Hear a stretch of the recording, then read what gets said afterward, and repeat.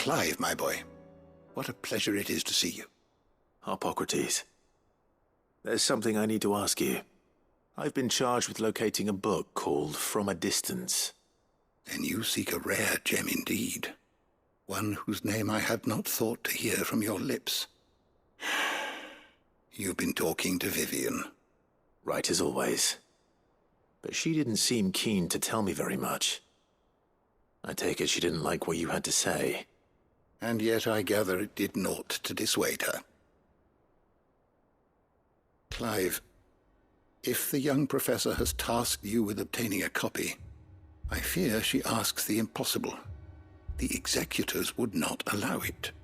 The executors? Coveters of Secrets. A clandestine organization committed to the collection and intenebration of forbidden texts and technologies. One such text being the tome Vivian seeks, chronicling as it does the true history of the enslavement of bearers.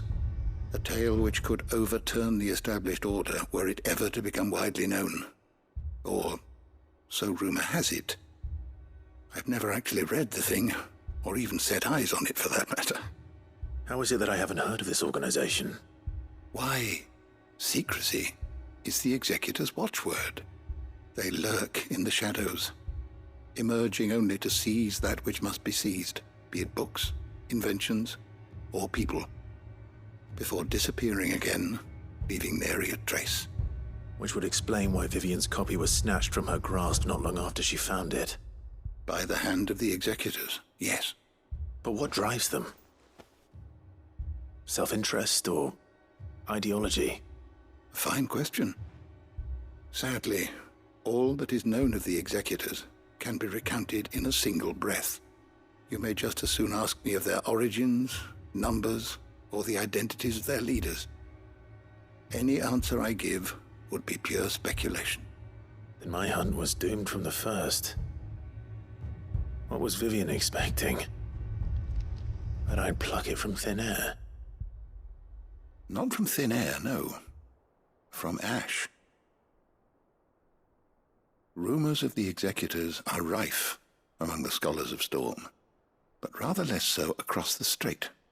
I have a friend. Well, I had a friend in the village of Garnick, a collector of rare tomes, upon which subject we would oft correspond.